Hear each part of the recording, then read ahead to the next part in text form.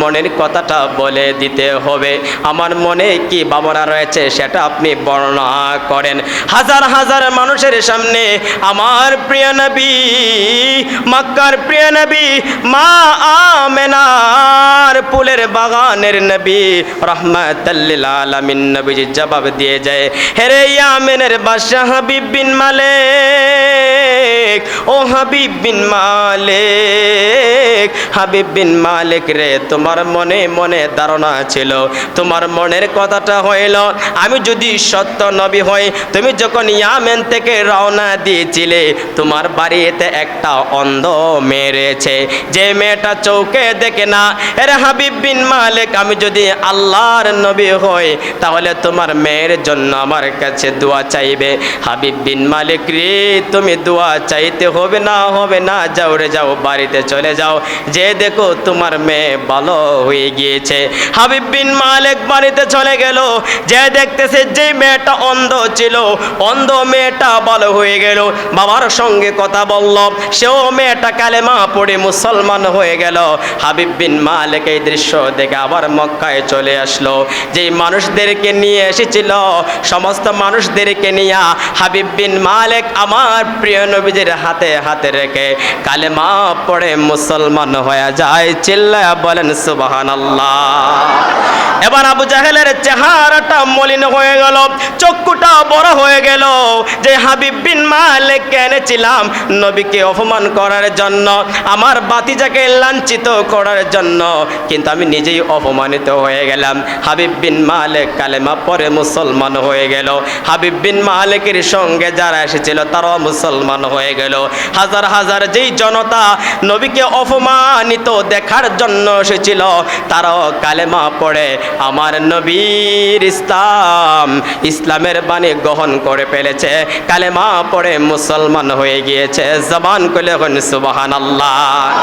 এইভাবে মক্কা নগরীতে আমার নবীজি কালেমার বাণী পৌঁছিয়েছেন, কোন আমার নবীজি কালেমার দাওয়াত পৌঁছিয়েছেন। নবীজির এইভাবে অসংখ্য গণিত মুজিজা দেখে অনেক কাফের বেঈমানেরা মুসলমান হয়ে গিয়েছে, কিন্তু আবু জাহেল, উতবা, শাইবা তাদের নসিবে ছিল না। তারা দেখেছে, দেখার পরেও সত্য নবী হিসেবে মানতে পারলো না, কালেমা গ্রহণ করতে পারলো না। কারণ একটাই, আল্লাহ তাআলা তাদের অন্তরের মধ্যে, তাদের কলবের মধ্যে, তাদের চোখের মধ্যে, তাদের কানের মধ্যে আল্লাহ মোহর মেরে দিয়েছে। কথা বলেন ঠিক কিনা? যাদের অন্তরে, যাদের কলবে মোহর মেরে দিয়েছে তারা আমার নূর নবীর শান কেমন করে বুঝবে? কথা বলেন ঠিক কিনা? আওয়াজ দিয়ে বলেন ঠিক কিনা? নূরের নবীর শান কত আশিক রাসূল সে ওই বুঝে, নবীর প্রেমিক যে সে ওই বুঝতে পারে, কিন্তু আবু জেহেল, উতবা, শাইবার মতন যত শয়তান আছে তারা আমার নূরের নবীর শান বুঝবে না। আওয়াজ দিয়ে এখন ঠিক না বেঠি? হইলে তো চেহারাটা মলিন হয়ে যায়, বললেই বলে জালালি গাইল্লায়, জালালি গাইল্লায় না, আমার নূরের নবীর শান ও মান গায়। কথা বলেন ঠিক কিনা? সেই নূরের নবী রাহমাতাল লিল আলামিন নবীজি মক্কা নগরীতে এইভাবে কালেমার দাওয়াত পৌঁছিয়ে দেয়। আবু জাহেল যখন কোনোভাবে আমার নবীকে অপমানিত করতে পারে না, আমার নবীকে লাঞ্ছিত করতে পারে না, সে মক্কার মানুষদেরকে একত্রিত করে, মক্কার মানুষদেরকে একত্রিত করে ষড়যন্ত্র করলো, মুহাম্মদকে দুনিয়া থেকে বিদায় করে দিতে হবে, মুহাম্মদকে দুনিয়া থেকে শেষ করে দিতে হবে। এই সংবাদটা আমার নবীর কাছে পৌঁছে গেল। আল্লাহ জানাই দিল, বন্ধু নবী গো, আপনাকে অচিরে মক্কা ছাড়িয়া মদিনায় হিজরত করতে হবে, আপনাকে মক্কা ছাড়িয়া মদিনায় চলে যাইতে হবে। দেখেন যেইখানে নবীর জন্ম হয়েছে, মক্কা নগরীতে নবীর জন্ম হয়েছে, কিন্তু মক্কার মানুষেরা আমার নবীকে কষ্ট দিয়েছে, জ্বালা যন্ত্রণা দিয়েছে, নবীকে চিনতে পারে নাই, নবীকে মহব্বত করতে পারে নাই। কিন্তু মদিনার মানুষেরা, ওই মদিনার মানুষেরা আমার নবীকে যখন পেয়ে যায়, নবীকে পেয়ে তারা আনন্দে আত্মহারা হয়ে যায়। নবীর জন্য তাদের জান মাল সব কিছু কোরবান করে দিয়েছে। এই জন্য মক্কার চাইতে মদিনার দাম বেশি হইয়া গেছে। আওয়াজ দিয়ে সুবহানাল্লাহ। মক্কায় নবীর জন্ম, মক্কায় আল্লাহর কানায় কাবাঘর, কিন্তু এই কাবাঘর এবং মক্কার চাইতে বেশি দামি হচ্ছে আমার নবীর মদিনাতুল মুনাওয়ারা। চিল্লায়ে বলেন সুবহানাল্লাহ। উতবা সাইবা আবু জেহেল মক্কার বড় বড় লিঠারদের নিয়ে ষড়যন্ত্র করল, মুহাম্মদকে দুনিয়া থেকে বিদায় করে দিতে হবে। আমার আল্লাহ সংবাদ দিয়ে দিলেন, নবী গো আপনি মক্কা ছাড়িয়া মদিনায় হিজরত করেন। আমার নবী আবু বকর সিদ্দিকের সামনে দাঁড়াইয়া নবী আমার চোখের পানি ছেড়ে কান্দে আর বলি, রে আবু বকর, এই মক্কা নগরী ছাড়িয়া অচিরেই আমাকে মদিনায় হিজরত করতে হবে। এই কথা শোনার পরে আবু বকর সিদ্দিক চোখের পানি ছেড়ে ছেড়ে কান্দে। ইয়া রাসূলুল্লাহ, জন্ম নেওয়ার পর থেকে যখন বুঝদার হইলাম, ইয়া রাসূলুল্লাহ আমি যখন বালক হয়ে গেলাম, বালক হওয়ার পর থেকে আমি আপনার ছোটবেলার খেলার সাথে, নবী গো আমি আপনার ব্যবসার সাথে, ইয়া রাসূলুল্লাহ মক্কা নগরীতে একসাথে চলাফেরা করেছি, ছোটবেলায় থেকে আপনার সঙ্গে ওঠা বসা করেছি। নবী গো আপনি মক্কা ছাড়িয়া মদিনায় হিজরত করবেন। ইয়া রাসূলুল্লাহ আমি আবু বকর কেমন করে আপনাকে ছেড়ে থাকবো? আপনাকে ছেড়ে তো আমি আবু বকর থাকতে পারবো না। দেখেন আবু জেহেলও ছিল, আবু বকরও ছিল, কিন্তু আবু জেহেল নবীকে মহব্বত করতে পারে নাই, নবীকে চিনতে পারে নাই, কিন্তু আবু বকর সিদ্দিক নবীকে কেমন মহব্বত করেছে। আবু বকর বলে, ইয়া রাসূলুল্লাহ আমি আপনাকে ছাড়া থাকতে পারবো না। নবী গো আপনি মদিনায় চলে যাবেন, আমার কি হবে?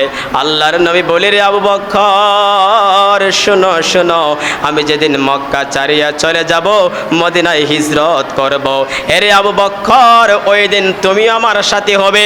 শুধু তুমি আমার এই হিজরতের সাথী নয়, এরে আবু বকর তুমি আমার বিদায়ের পর কবর জগতেরও সাথী। সুবহানাল্লাহ বলেন। শুধু কবর জগতের সাথী নয়, তুমি আবু বকর আমার হাসরের সাথী। এরে আবু বকর তুমি শুধু আমার হাসরের সাথী নয়, আমি নবী যে জান্নাতে থাকবো ওই জান্নাতের সাথীও তুমি আবু বকর। চিল্লায়া বলেন সুবহানাল্লাহ। এবার দীর্ঘ 6 মাস পরে ওই আমার নবী মক্কা ছাড়িয়া মদিনা হিজরত করবে। আবু জেহেল 100 যুবক তরবারি হাতে দিয়া নবীকে মারার জন্য পাঠাইয়া দিল। আমার নবীর হুজরা শরীফের চতুর্দিক দিয়া 100 যুবক দাঁড়িয়ে গেল নবীকে মারার জন্য। আল্লাহ জিবরাইলকে পাঠিয়ে দিলেন, নবী গো আর ঘুমাবেন না, এই মুহূর্তে আপনি এই মক্কা ছাড়িয়া রাতের আধারে আপনি মদিনায় চলিয়া যান। কিন্তু নবী গো আপনার বাড়ির চতুর্দিক দিয়া আবু জাহেলের পাঠানো 100 যুবক তরবারি হাতে নিয়ে দাঁড়িয়ে রয়েছে আপনাকে মেরে ফেলার জন্য। আল্লাহর নবী বলে, রে জিবরাইল আমি কেমন করে বের হব? বের হলেই তারা আমাকে দেখে ফেলবে। এবার ইয়া রাসূলুল্লাহ আপনি এক মুষ্টি বালি হাতের মধ্যে নেন। আমার নবী এক মুষ্টি বালি হাতের মধ্যে নিলেন এবং আল্লাহর প্রিয় নবী রাহমাতুল লিল আলামিন সূরাতুল ইয়াসিনের 9 নম্বর আয়াত কানা তেলাওয়াত করে আল্লাহর নবী বালুর মধ্যে ফু দিলেন। ফু দেওয়ার সঙ্গে সঙ্গে বালু কানা ঘর থেকে ছেড়ে দিলেন, আর প্রত্যেকটা বালুর কণা ওই 100 কাফের বেঈমানের চোখের কোনায় গিয়ে পড়ে গেল, চোখের মধ্যে পড়ে গেল। তারা মারামারি লেগে গেল। ওই ফাঁক দিয়া আমার নবীজি হুজরা শরীফ থেকে বের হয়ে আমার নবীজি আবু বকরের বাড়ির মধ্যে চলে গেলেন।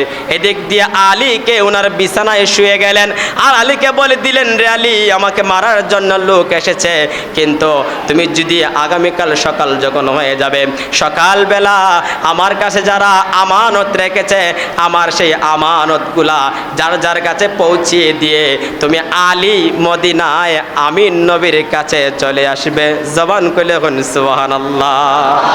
নিশ্চিত আলী দেখেন জানে যে নবীকে মারার জন্য 100 লোক এসেছে। এই বিছানায় আলীকে নবী যে শুয়েছেন, আলীর চাদর ডেকে ঘুমিয়ে গেছেন।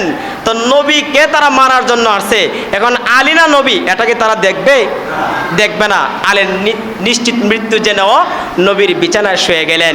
কিন্তু নবী যে একটা কথা বলে গিয়েছেন, আলী রে আমার যে আমানতগুলা রয়েছে এই আমানতগুলা তুমি মক্কার মানুষের কাছে পৌঁছিয়ে আগামীকাল তুমি আমির নবীর সঙ্গে মদিনায় এসে সাক্ষাৎ করবে। তখন আলী বুঝতে পারলেন ওই মক্কার মানুষ আমাকে মারতে পারবে। আলাই তখন বিশ্বাস